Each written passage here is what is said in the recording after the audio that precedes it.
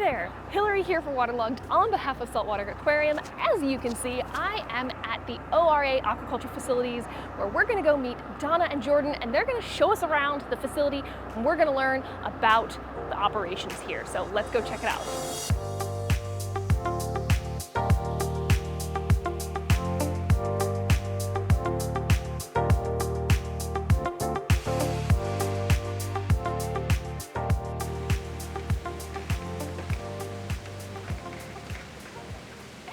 Hey.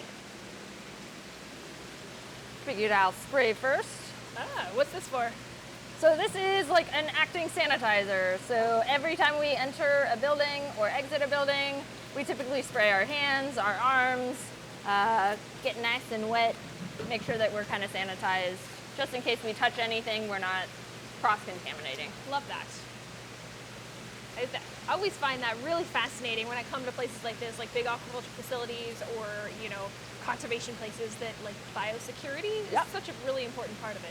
For sure, especially since we have so many separate buildings with different animals in it. We don't want to take something that may be happening in one building and take it to another. So we're very, very strict on our biosecurity here. And I see you've got foot baths too that we'll probably have to walk through, I assume. Yep, of course. So let's get to it. All right.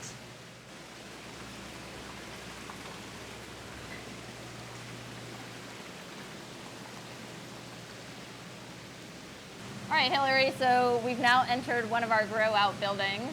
It's a hatchery where essentially all of the larval fish come. We grow them out until they're just about cellar size. We sort out the tanks. We hand pick the specimens that are being shipped out the door to your local fish stores, drop ship programs all around the United States and abroad. Wow, that's pretty exciting. Can't wait to see all the fish. Donna, this is a lot of fish. It certainly is. So these are typically around 1,200 fish per move out. Wow. Give or take a few hundred. Any idea, like how long do they stay in here on average? Typically, I would say the average is about 6 to 9 months. Our maroons are a little longer.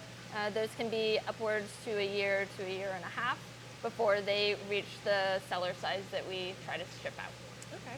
So if somebody is ordering a fish and they're like, hey, I want a small one, would you sell or send one out that's smaller than your average? Do you guys do that? We do. We do it pretty often, especially with our drop ship program. We do have very specific requests because essentially those people are looking at something online. They're a little hesitant, but as soon as they know that we hand select all of our fish, we hand grade and sort them based on what that customer is looking for, they feel a lot more comfortable. You hand select all of your fish? Yeah, so we have an entire team dedicated to the care of these animals, as well as sorting all of these fish out into individual tanks based on either their species, the color variation, and even patterning. Wow. Now I've got to ask, you mentioned the grade of the fish. Can you tell me a little bit more about what that is? Yeah, so some we consider like our regulars, which would be like a standard ocellaris, and then some would be like a premium or a designer. We try to grade those based on those kind of variants.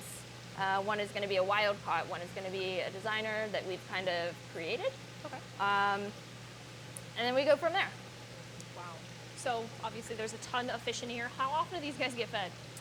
So depending on the stage of grow out they're in, I believe it's 3 to 6 times a day, depending on how quickly we need to raise them to cellar size.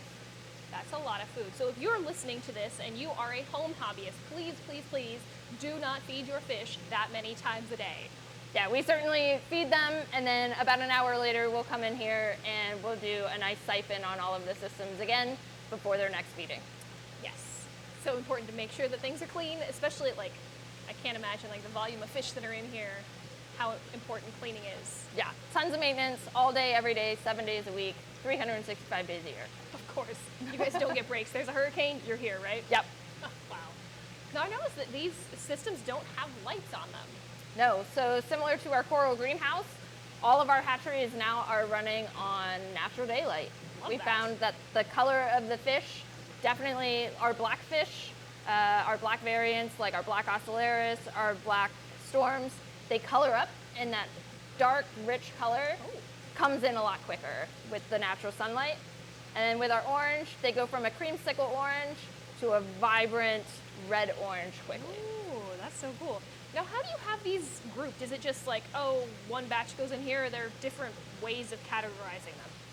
So right now, in this particular building, you'll see a lot of systems that are fully packed, and then a lot of systems that are going to be empty. Those systems are seated, waiting for the next kind of clutch to come through. And typically that's about 1,200 fish that get put into that system for grow out. And they'll sit there in that system for anywhere between 6 and 9 months until they get a cellar size, which is roughly 1 1/4 inch, 1.5 inches. Okay.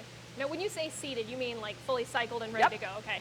I don't want I'm like, oh, people could think that maybe those are like the eggs that are in there that are waiting to hatch. That's in a completely different building. That's cool. Yeah. Awesome. But you guys don't just have clownfish. You guys have a lot of other species. Yeah, absolutely. I think that's probably one of the biggest things that we get is because our logo is a clownfish, everybody thinks that we only do clownfish.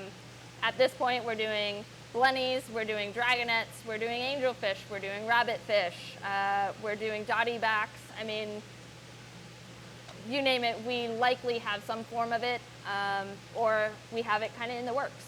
Oh, okay, I like that. So kind of going back to the grading aspect and what our team does here, as they're sorting and grading these systems, pulling fish to go out for orders, they may come across, a pair like this, and they stage those to go into quarantine to become new brood stock to kind of create a new generation of fish. That's pretty cool. Yeah, so we have a few singles here. It may be a special patterning or like a special coloration that kind of really drew their eye to it.